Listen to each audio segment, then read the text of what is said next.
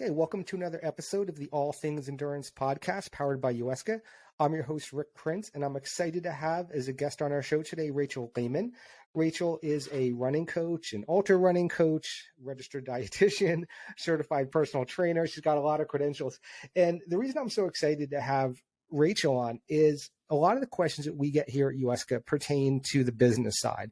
How to acquire clients, how to retain them, marketing, how much to charge. I mean, the list is endless. So I figured what better way to address some of these questions than to speak to someone who is currently running a thriving coaching business, Rachel. And so I'm excited to have her on to answer some of these questions. So yeah, without further ado, welcome to the show, Rachel.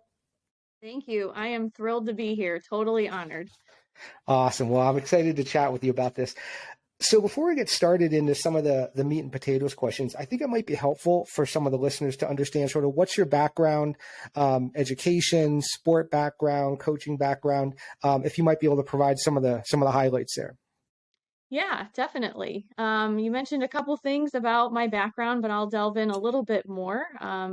So I've been a registered dietitian for almost 13 years now. So that is what I studied in college and primarily what I had been doing prior to kind of building this business. I'm a newer certified personal trainer, just a couple years there in the bank. And yes, of course, certified running coach and ultra running coach. But really to the sport, I think this is very relatable to a lot of people. I didn't run in high school or college. I exercised, sure, but I didn't do any type of track team, cross country, things like that growing up. Running came more to me in my 20s, my early 20s. So that's kind of, what began the path to today, of course. But yeah, I mostly just exercised for fun. But yeah, being a dietitian, that's kind of primarily what I've been up to prior to starting this. Got it. Great. So when did you start coaching? When did you sort of initially start your coaching journey? Yeah, so interesting you ask. Let's see. The thought process kind of began after I had my second daughter. And as I mentioned, I had been running and, had accomplished some goals and things before that. When I had my first daughter and then when I had the second, I found it to be a lot harder to get back into running. I felt awful. There were just some game-changing things going on, and I thought, man, I I need to change something. And I thought, maybe I need a run coach. I need to hire a coach. And so, you're up in the middle of the night with a younger baby, just kind of learning and reading and reading and reading. And just kind of came to the conclusion of, yeah, I could hire a running coach, but what do the running coaches know that I couldn't learn? Maybe this is something that I could do. I felt like I was fairly knowledgeable at that point. I had run, I don't know, several marathons, ultra marathons. I had mileage under my belt. So I thought maybe this is something I could learn and coach myself, right? So I went on to get the certification in that time frame. And then once I got certified and actually kind of kicked things off, to specifically answer your question, I officially started coaching in March of 2020. And I think we all kind of know what was going on at that point. So, Sure. yeah, that's when. Okay. And now when did you transition from sort of doing it as a side gig to your nutrition job to when you were sort of doing it full time? I know when we talked before this, it was sort of a gradual process, if I remember. Was there a certain point in time when you're like, okay, I'm all in with this coaching thing, I'm going to just sort of focus on that? Yeah. I took my time. I probably could have made the leap a bit sooner, but I didn't. I don't know. It didn't feel right. So I finally did make the leap. So I started things off March of 2020. That year was obviously a little different for everyone in many ways. So then 2021, getting back into things, races coming back on board, things like that. And then I became pregnant with my third daughter. So I knew I was going to be going through a lot of transition at that point. So you're right, I did kind of transition I was working full time as a dietitian. Then I moved into part time around 3 days a week, and then kind of landed it more into 2 days a week as a dietitian and doing 3 days of run coaching. So it was slowly like the business was growing, and my dietitian role fortunately just kind of worked out to where I could balance both. It was a lot, but I could balance it, and I knew, okay, well, I've got to, get through, I've got to have this baby, healthy baby, and then have a maternity leave, and then really see, going on maternity leave when you're just starting a business is an interesting curveball too. So trying to say, how's this going to work? Navigating that, and then, getting back to work, and also a growing family. So I did, our third daughter was born on Christmas Day, took maternity leave, thankfully, went back to work for a couple of months. And then that's when I decided to make the change. And truly, our oldest daughter was then starting kindergarten, and we had more transitions going on, and the flexibility that this offers is really, it's a key component of this in this time period of my life right now. So that's kind of when I decided, you know what, I think it's finally time to make the leap. That's great.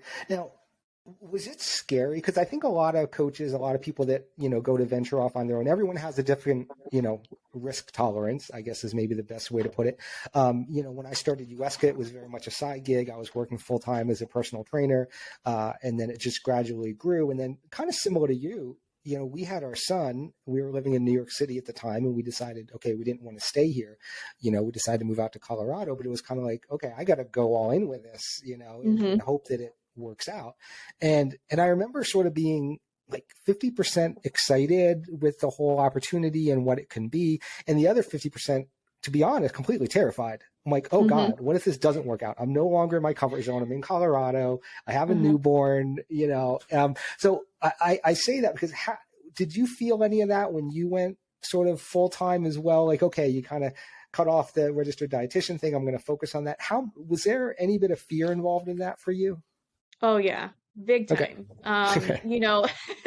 Exactly. So relatable because, I've always worked. I mean, forever and ever. I think my first job was like in 8th grade. I worked like a couple hours for my church, on Saturday mornings. Like I always had something going on. So always worked for someone else. So this, being completely in control, but also responsible for my income, for my family, is horrifying, right? Because at any time things could change.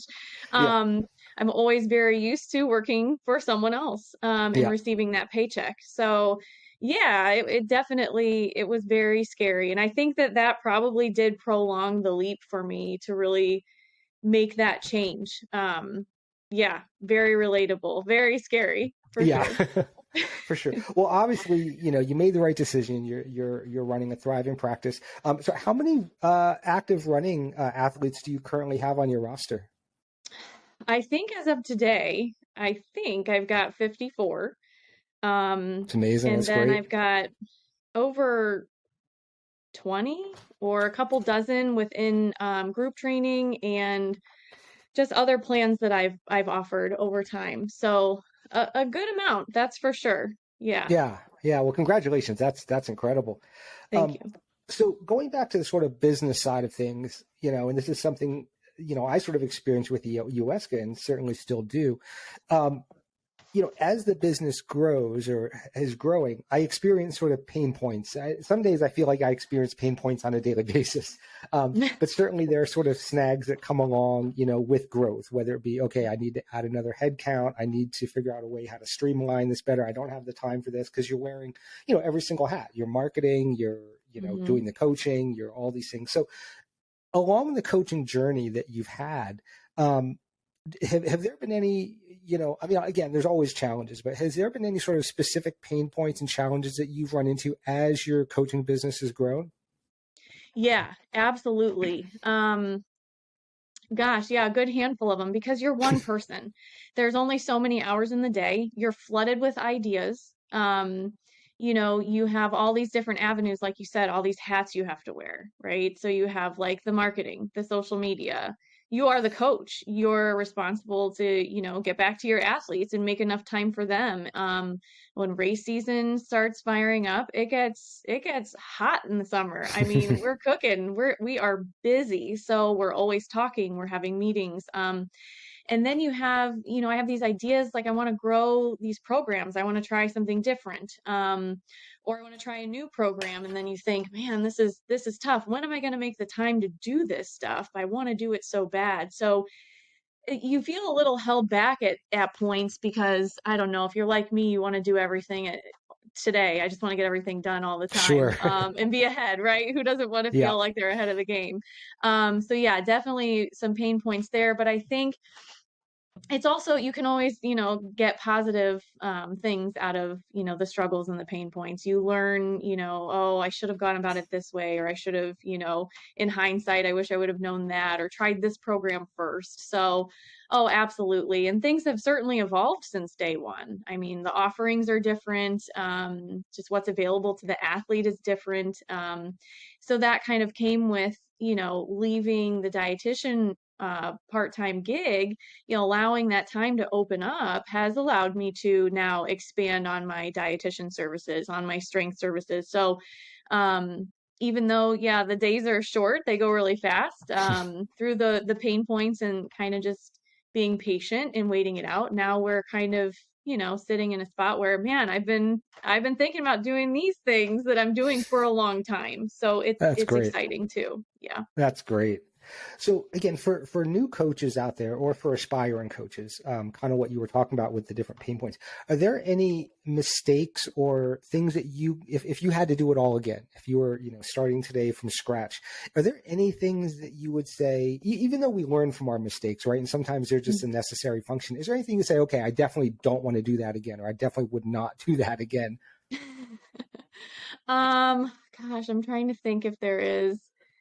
I guess what I would say is it's kind of like you can really relate it to running. When you try to like maybe force like I want to run this race and I want to run this time. And then maybe you don't hit the time, but you're learning along the way, kind of forcing the changes to happen too fast. Can be exhausting, right? You don't want to, run yourself into the ground. You're only one person. If you're starting up, you're likely doing this by yourself. So really focusing on prioritizing and not, trying to do everything at once, like I said, that probably would be my best advice. Maybe make a longer timeline. That's not something that I ever really set out. Like, let me look at the entire year ahead of time. Let me say, do I want to do this? Do I want to do that? What about this project? Where does it fit? What is the priority? I didn't really start prioritizing projects, I would say, until um the fall of last year because I had the availability to do that. So maybe that taking the pressure off of yourself and really just prioritizing, okay, I just need to get started, right? And what do I need to get started? And then what's a later project or something else that we all have these ideas. I'm sure you do too with UESCA and how you plan to grow it and all of these cool things you want to do. It just takes time. Yeah, yeah. And I think for people like you and I, or coaches like you and I, that want to do everything all at once and just get it done, and I think that's Hmm. probably even more of a challenge. So Hmm. yeah, the struggle is real in that respect for sure. Yes. Um, so you had noted that that you have the about 54 clients online and about 20 or so in groups. So you're doing both. You're working with both local clients then, as well as online based clients. I'm guessing across the country, across the United States. Well, I would say 95% of my athletes are local, Oh, wow, surprisingly. that's great. Yeah, Northeast Ohio. We've got a great running community around us, which has just been amazing. But I have had a few people out of state, a handful of people come and go from different areas who might have lived in Ohio or knew me through a good friend or something like that who lives somewhere else. So primarily, I am online. but I am in person. So it's like I do day to day, even though my athletes are local, we're pretty much online because everyone's got, stuff and things all day. And then the in-person things we do, I offer in-person visits if you're close. I'm here at my office. You can come in, we sit down, we can meet face to face. Awesome. We've done little runs, things like that. Checking out form, things one-on-one if we need to, and some workshops and things. I've got some great practitioners in the area who've offered to host my athletes, and so we can do some one-on-one things in that sense. And then, like I said, when race season really fires up, I feel so fortunate to be able to show up and watch when they're going into, mile 60 of their race, their 100 miler, and they're heading into the night. And I show up at 11 p.m. and we're like, let's go. It's That's awesome. really so cool to be able to do that. And I think that you can just see the athletes in person. Like, it's just so exciting to be able to kind of trickle in all the different areas. Yeah, that's awesome. Yeah, I didn't even really think about that from the being able to show up to the races Mm-hmm. point of view. Now, do you ever? I know you said sometimes you'll run with them doing like form, working on their form or whatever. Do you have any clients that they only train when they run with you, or they're pretty much just on their own for the most part as far as running? I didn't know if when I worked as a trainer and cycling coach, a lot of times some of the cycling coaches would incorporate their own training Mm-hmm. into that of their athletes, and they would actually go on rides with them and so on and so forth. So I didn't know if you did any of that, or is it kind of keep the two separate? I kind of keep them separate. Although a lot of times, I coach some of my friends, or through our running club, a lot of my athletes will attend running clubs. So I'll technically run with them there. But when you sign on, the expectation is, this is a kind of a virtual option. We're in touch, we're in communication, but I'm not the coach that can, always, be there with every run. So if they are looking for that, then I kind of, of course, let them know that I won't be able to fulfill that need right now. So, Yeah, which most are okay with. yeah. Yeah. That makes sense. And this is something that I don't think we had sort of in our previous notes to discuss. But, Hmm. when I first started working as a personal trainer, I worked in this big gym in New York City. And one of the trainers said to me, he said, the biggest difference is up until this point, going to the gym was your time. It was your relaxing Hmm. time to work out and so on and so forth. Now, when you walk into the gym, it's your place of work and you're around other trainers all day. And he said, you're probably going to get burned out. And I'm like, all right, well, we'll see what happens. and Hmm. and lo and behold, I did. Yeah. I hated being in the gym. I hated even working out because I was just around it, all day. Mhm. And it was funny. I was working as a trainer, and you'd have to drag me kicking and screaming to the gym. I just didn't want to go. I didn't want to be there. I didn't even really want to work out. I just wanted to, watch Netflix or something or take a nap. So I don't know, that's something that, and I've heard that from a lot of trainers, a lot of coaches. Have you experienced that yourself personally with, I don't want to use the word burnout, but, running is now your profession. It's how you, pay the bills. Have you noticed any of that or not really so much? Actually, to be honest, yeah, I have. It's so interesting because I've noticed it more at local races. Hmm. Races that maybe I would do each year or more frequently have now kind of the tables have turned into you tend to know a lot of people, a lot of socializing, and if you're showing up to race, you're if you're me, I'm maybe warming up, I'm trying to get in the mindset, I'm getting my water, I'm getting my last bathroom stop in, I'm making sure I've got my gear, I'm running back to get my bib or whatever. It's a lot to balance, and I've learned that is tough on race days. So I have kind of separated the two a little bit more for that sake because I do want to be present as a coach and kind of putting that out there, that fine line of like, it's like with Boston coming up. You have to draw the line a little bit. Hey guys, I'm going to be out of commission for, a short period of time. I have a race to focus on. I would imagine all of my athletes could certainly understand that to kind of help separate the two. I think is super important. Yeah. Yeah, absolutely. Yeah. And to your point, kind of what you just said, you found that your athletes are understanding of that, Hmm. okay, not only is Rachel my coach, but she's also an athlete herself who's trying to accomplish these athletic goals, and they definitely get it, huh? Yeah, they really do. And you're right. It is something that I definitely didn't see that coming. It's Yeah, something that you think like, oh, this is fun and exciting. And then you're like, this is different now. This has definitely changed. So, I mean, yeah. for the better, it's very cool. But I think just knowing yourself, and if you are a coach trying to race your own race, setting that boundary or expectation can really be a good game changer. Yeah, yeah. When it was funny, for me personally, because I worked at what was arguably sort of the most high-end gym in New York City at the time, and I learned that most of the other trainers would have gym memberships to other gyms, just because when to your point, you're trying to with the race get your water, get your gear, and I'm sure all your local athletes are there. My clients, other trainers would come up to me when I'm trying to do my workout all the time, and I get nothing accomplished. So I think, and I'm like, well, why would you pay initially? I'm like, why would you pay for another gym membership when you have this amazing gym for free? And in about a month or two into my job, I'm like, oh, I get it.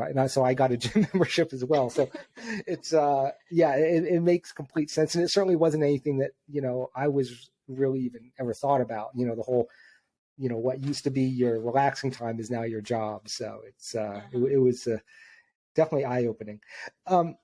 So going back to the whole kind of how you've been so successful, what have been some of your marketing strategies?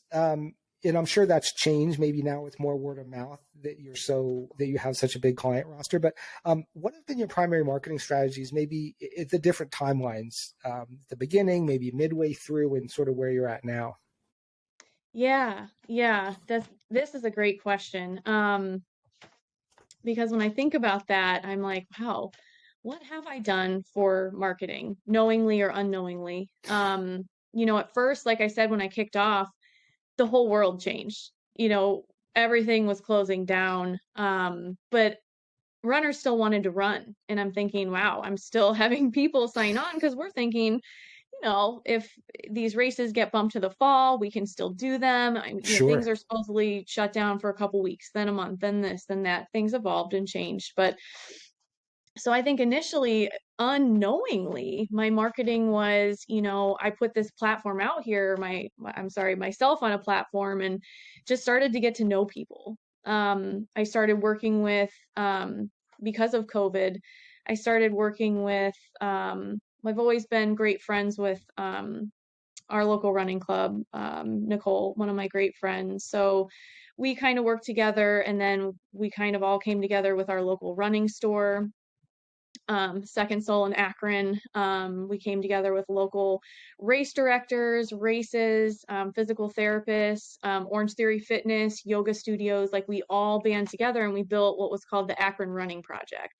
Hmm. Um, so we kind of like, we all knew we wanted to keep runners running. And so during that time, it was like we were just focused on like, what can we do? How can we do it? How can we keep people excited, but kind of just work through what's going on right now. So unknowingly, I'm, putting out content, putting out videos, talking to people, working with the different people in that group, um, to kind of get things moving. And then kind of that middle era between then and now was like, everything's firing back up. Now I'm working full time back in an office. I'm just kind of holding on for dear life. I'm trying to balance the home, the family, the kids, the full time, plus a commute, plus the coaching. So that marketing might have just been word of mouth, and kind of people coming and going at that point. And now looking back, it's like if I would have known then what I know now, and if you are a coach that's starting out, I mean, maybe that would be my advice of like getting together with your local people. I mean, if you're a coach and you're planning to do things in person in your community, you're a community person. You want to get out there, you want to be familiar with your local running stores, your race directors, and kind of get a feel for where you can kind of weave your web, that kind of thing. So now marketing, I would say, I mean, as of today, I don't have a plan in front of me. I probably should, but right now I put programs out. I try to, put content out. For a long time, I kind of listened to things on how to start your own business. And a lot of it was social media driven. So I try to, stay present. I try to show what I'm doing the way I prefer to. And I try to just show off my team because I'm so proud of them. And so I think it might just speak for itself too. Yeah. When you show kind of your team accomplishments, you're like, hey, this is what I have to offer, a great community, great athletes. If you're local, come on, let's have some fun. Yeah. Yeah. And obviously that would present the local part would obviously prevent or present more of a problem if, if you're fairly isolated, you don't live a lot around a lot of those resources. But then to your point, still showcasing the athletes you do have, things of that nature. Mm-hmm. Mm-hmm. Yeah. I think that's so cool what you did. I think, I feel like any marketing thing for coaching will say, network in your community, build your team, your physiotherapist, your running store. But I've never heard of anyone that did what you did, where they actually called it something, Mm-hmm. the Akron Running Project, where everyone's in it all together and it's actually like an actual project. Mm-hmm. And I'm assuming that those other businesses, Orange Theory, Running Store, all those have also benefited from that as well. Like it's sort of all in this pod, for lack of a better word.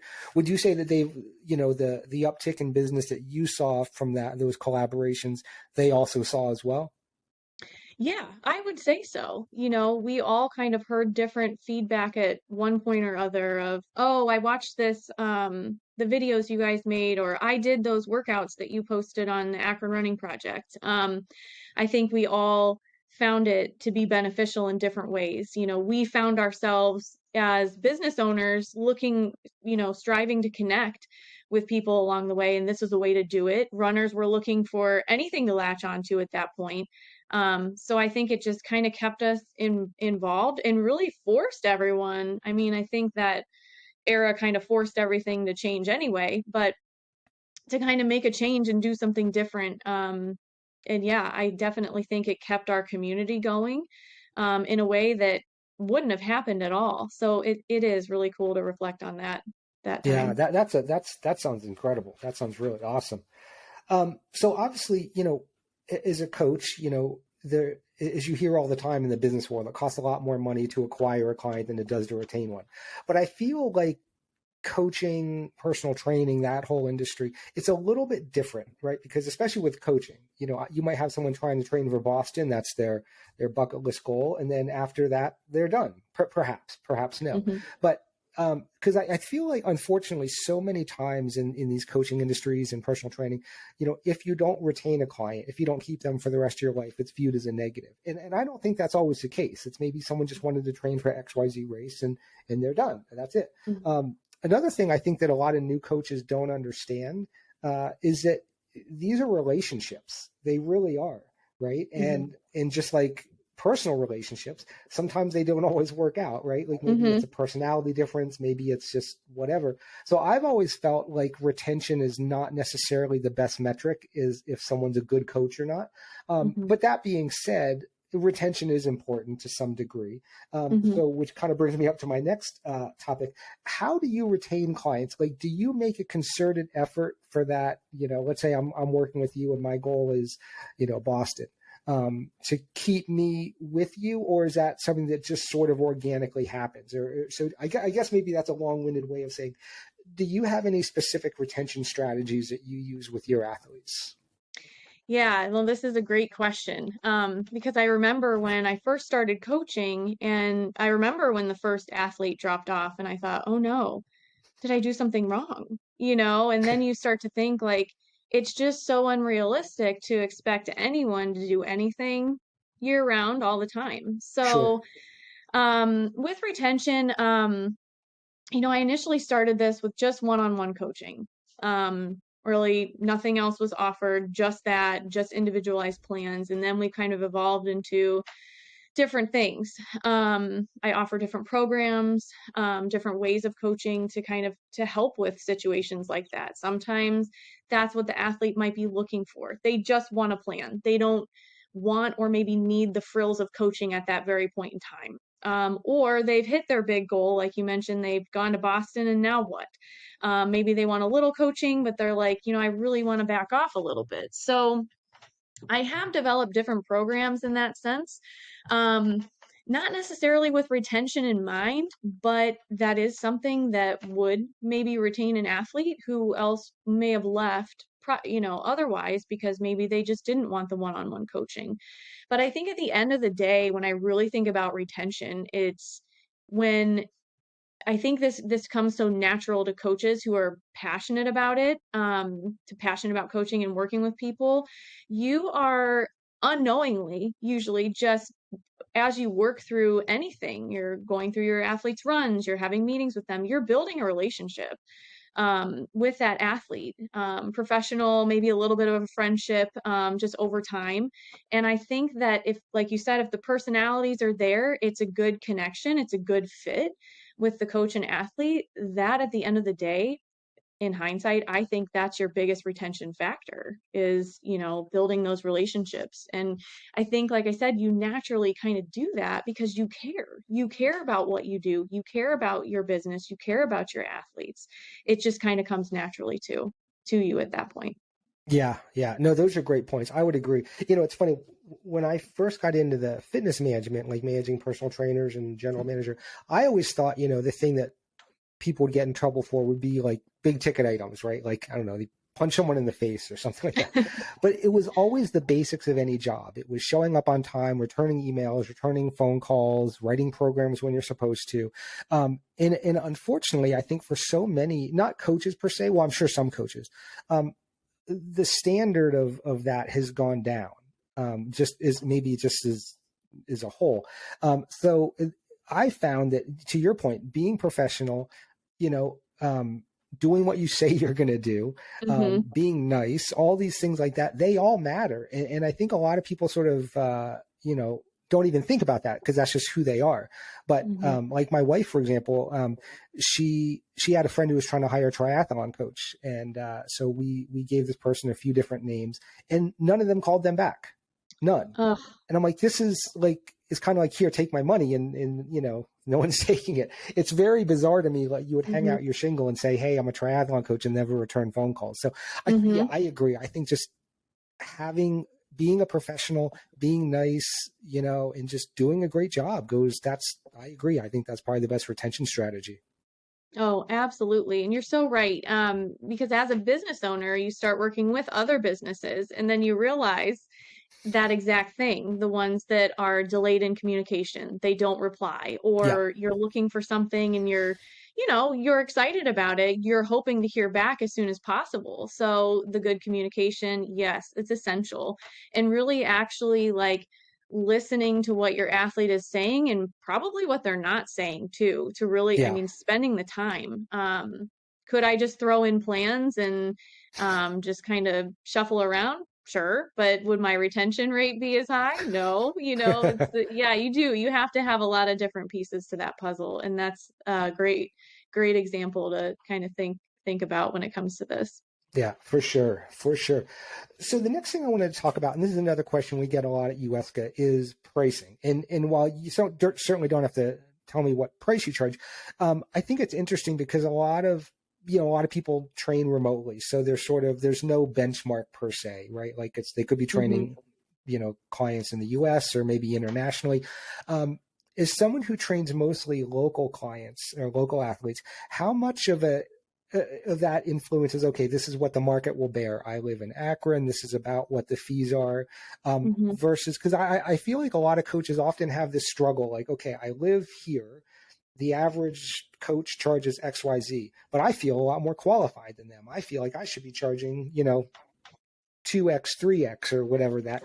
Is that ever a struggle for you? And I guess, how did you determine your pricing structure?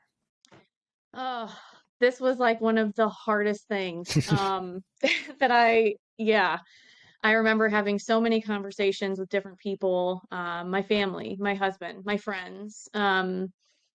Looking at, market research, right? So it depends on so many things. What's your experience? What do you have to offer? Do you have other credentials? What services are you going to offer based upon that? where do you live or plan to serve? If you are going virtual, I guess then it doesn't necessarily matter where, cost of living might be where you're at if you're aiming for virtual clientele all across, United States. Then in that case, you can look at other virtual coaches. You can kind of assess their pricing or their offerings and kind of maybe gauge based off of that because that's your competition. That's what's out there. This was the hardest thing because in my area, really, there's not a lot of run coaching going on. So when I started, I'm thinking, what on earth, and then you feel like, how do I charge people, right? Like I have to make this decision. But at the end of the day, yeah, it's our livelihood, it's our experience, our time. So yeah, lots of conversations, just kind of gathering feedback, whether that person offered a number or not, just kind of listening to how they kind of would talk through it. Then really thinking like, what would if I want to hire a run coach, what would I want to pay? What would I be willing to pay? What sounds reasonable? What sounds like, whoa, this is a big investment. But yeah, I think if you're looking at your area, cost of living, if you do have any other run coaching, personal training, fitness, wellness services in your area, what are they charging? And then really taking into account what's your experience? What do you have to offer and what programs are you offering? Are you simply writing plans? Are you going to be involved? Are you going to be doing in person? Kind of it's so like so much to unpack there with it Yeah, because it's not just that, so much that comes out to that price point. And to me, I want to be fair and I want to be reasonable and I want to be competitive too. sure. So that's been a tough decision over time. But it's once you kind of figure out that starting point, and then if your services change or evolve or your experience or your certifications grow, then maybe you naturally are more comfortable. Well, I've got to bump up price a little bit. Now I'm offering more to my athletes. It's more time, things like that. Yeah, that's a tough one. It is. It is. I mean, there are an entire classes, right? MBA classes just dedicated to pricing, and it's definitely a challenge. You Mhm. brought up a unique or a very interesting point about, how do I charge? Like, I found the other thing that a lot of coaches have is almost guilt, Mhm. and guilt slash maybe imposter syndrome, right? Like, I'm Yeah. new to this. I've never done it before. Why me? Like, why should Mhm. I charge? Because a lot of people I think do start off, just training people for free to build up, testimonials, so on and so forth. But which is great. But that minute that once they make that conscious decision to say, okay, I am going to now charge for my services, that's when I think I know it was for me, that's when imposter syndrome hit. Like, well, why me? Like, okay, I did go to school for it and whatever, Mhm. but like, it's just working out or it's just Mhm. coaching. Why am I charging for this? And yeah, and not guilt, but for me, it was more imposter syndrome. But again, did you personally feel any of that when you sort of hung out your shingle, said, okay, my services cost XYZ? Any bit of that, like, well, why should I be charging this? Even though you should, sort of that Mhm. voice in the back of your head. Yes. Oh, for sure. Especially as you're getting started, because you're kind of thinking, I know I can do this. But then, yeah, that doubt creeps in. I think in any profession or in aspects of life, it's sure you can relate to, I should have done this. I could do this better. I don't, nobody knows everything, right? You're continually learning, you're continually trying to grow. That's the whole point too. But I think when you're first kicking off, yeah, you're absolutely thinking, can I really do this? Am I Sure. really going to get this athlete to where they want to be? Yeah. Um, and maybe it was for me too until I started seeing it happen. That was kind of like the reassurance along the way, the accomplishments and things like that the athlete just has over time, whether it's a PR or they ran the whole mile without walking, no matter what it is, that imposter syndrome could pop up along the way still, sure. But I think it kind of puts it to rest a little bit more as you kind of just get started and get after it. Yeah. Yeah. Yeah, I would agree. I mean, I bet I would put money that you remember the name of the first athlete you signed that Yep. signed on that Mm-hmm. line. I mean, I remember the first person that's, purchased a certification to this day. Mm-hmm. I think it's such a monumental thing. Cause like, because it validates, I feel like why, and it, as far as your value as a coach, like, oh, wow, okay, someone does want to pay for this service. And then I think Mm-hmm. comes, like you said, comes with that confidence and hopefully reduced imposter syndrome. So yeah, Yeah, it's funny how that works, right? it is. It truly is. So, you mentioned that you have three kids. You're obviously very busy, both with your own training as well as coaching athletes. 54 clients plus what you're doing, in person as far as training groups. I mean, that is no joke. I mean, that's serious time. How do you do it? I mean, for lack of a better word, how do you find time to write programs, respond to emails, still have time to be with your family, train on your own? Whether it be, okay, I set aside these hours each day, or this is the day that I write programs. How do you do it? And I guess we'll talk about this in maybe the next question. Do you use any technology, whether it be schedulers or whatever it may or may not be, to Mm-hmm. help you in that process? Yeah, yeah, that's so funny. Those definitely tie together in answering this question because yeah, it's a lot. Yeah, it's definitely busy. My kids are young right now. They need a lot. So when they're home, I'm mom and I have Sure. to draw the line. There can't be working on the couch or something like that with my kids home. No, it's just not happening. It definitely, but it helps drawing that boundary, right? So no matter what you do, dedicating that time.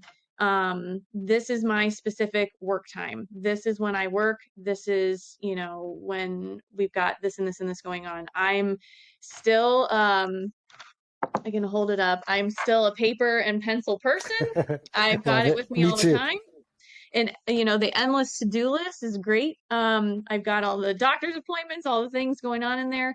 That's how I stay organized. But then I also, of course, use technology for the scheduling appointments. So I set up my availability where I do have complete days of, I know that I'm resting from my runs and my exercise. I know that I have this whole day blocked to myself to do things like plan writing. I know that if it's distracting for me to work in my home office, I can come to my office and really get some quiet time to write those plans. So I think knowing that the time that I do need, blocking that off, but still remaining available to my athletes to have those coaching check-ins or to schedule nutrition consultations and things like that. um, and learning to say no sometimes, really, like, I've heard this analogy before somewhere, but you kind of trim the fat. So you really have to look at, like, what is necessary for me to do? Is this just like can I really accomplish this extra project or even an extra social media post? Like sometimes it just doesn't happen. Yeah. I've gone through lots of periods of time where things like that just don't happen because there's no time in the day for it, and that's okay. Yeah. Um, so really, yeah, the apps that I use to stay organized, to answer part two is, I use Calendly for scheduling, things like that. So I have different booking links for different appointments, and I am pretty, good about updating my availability. If the kids have a doctor's appointment coming up, making sure we're blocking that off, things like that, so that I'm staying ahead on that front. And really just trying to bundle my time. So if I'm going to talk to one athlete tomorrow, I'm going to talk to four because Mhm. that's going to be an athlete day and that's what we're going to do. And then that way you have those days or times or blocks of time blocked off to do the plan writing when you have, those different tasks to accomplish. So using that scheduler app, what else do I use? Well, I use Final Surge for coaching, Okay. plan writing. Of course, I could not do anything without an app like that. I know some coaches use Excel spreadsheets and things, and I think you do just have to figure out what works for you. But I appreciate that platform so much. Tim, I directly email him often if I have Yeah. something. He gets right back to me. It's He's been great. just the best. Yeah. And I listened to a podcast that he was on about building that business. So it's kind of cool.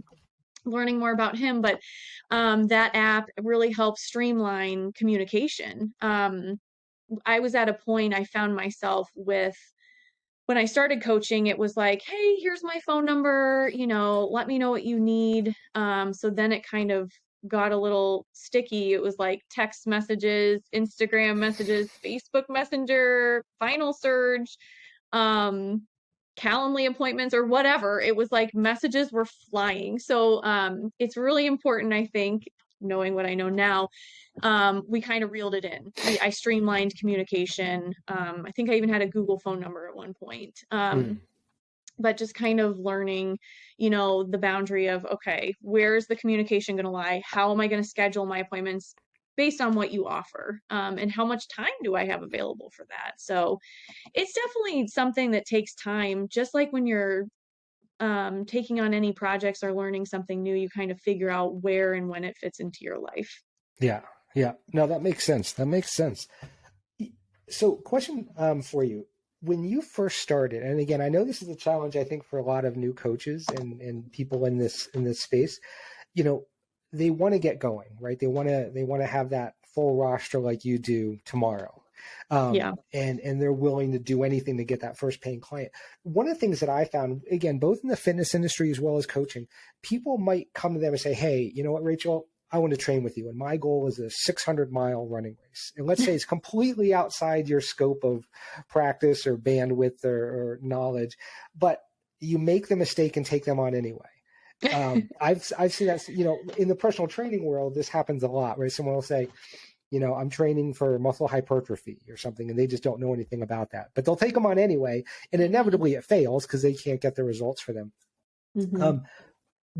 What would be your advice for someone starting off, as far as, would it be for those, let's say they acquired or have an encounter with someone that maybe they aren't quite comfortable? Would you say pass on that, wait till you get someone that's sort of the right fit for you? Or would you say, get out the books, go on YouTube, get a certification, whatever, learn about it and still take them on?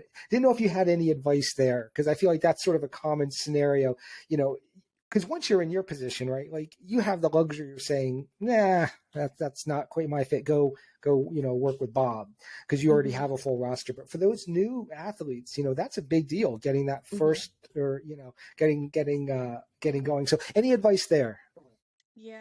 Oh, and it's so exciting when you first start too. You get an email, you have a new inquiry, and you're like, yes, I'm getting a new athlete. And then you're like, yeah, you see they want to run 600 miles in 2 months or something. And you're like, oh no, this is not good. Yes, I definitely saying no to those athletes that it's just not there. It's not a good fit, is going to save you a lot of pain in the future. It's just, you're so excited. You want to take on, you want to get going. You're like, this is my dream. I want to coach, and I want to, I just want to leave my job and just be doing this. It's so great. But really, the athletes that aren't a good fit, you got to say no. The right ones will come along. It takes time. They will absolutely come along. They'll start to get to know you in whatever way you market yourself, and you'll attract your athlete, your client, to you. I've gotten a ton of insane requests that I simply say, I'm not confident that I'm the coach for you. I'm so sorry. I wish you the best of luck. But if you're ever interested in, maybe something that I'm more familiar in, I'll list it out. I'm happy to talk more about your goals. So And sometimes you never know. You have athletes that might come to you and say, oh, I want to do a try, and I'm not a triathlon coach. And so I explain that. But then they might come back in another season and say, I know you said you coach marathons. I'm ready for my first one now. All right, now we're talking. So, think of it as, it's a connection. It's, you're making a communication, a contact with someone. Just because it's a no right now, because it's not a good fit, doesn't mean that it's a never. So you never know. Yeah, no, for sure. Because I'll be honest with you, when moved to New York City, got a job at this gym. I made that mistake because I had to pay like $1 billion rent to live in my, 1 square foot apartment. And I took these clients on who I had no business taking on, completely the opposite of being a professional. And what I found, not only did I not get results from my clients, but I also dreaded those sessions. They might have been nice people, but I knew in the back of my mind that I probably couldn't get the results they wanted. And I didn't really know what I was doing. I was also my first job ever doing this in addition. And it was just a horrible experience overall. So I learned the hard way doing it the not right way. So kudos to you for right out of the start line doing it the right way. So that's great.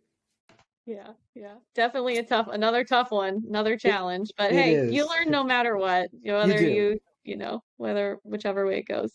You do, for sure. So I think one of my last questions for you, or maybe the last question for you, is what do you consider to be, the biggest factor or factors of success for you as a coach, both in terms of getting your business started and most certainly growing it to the point where it is now?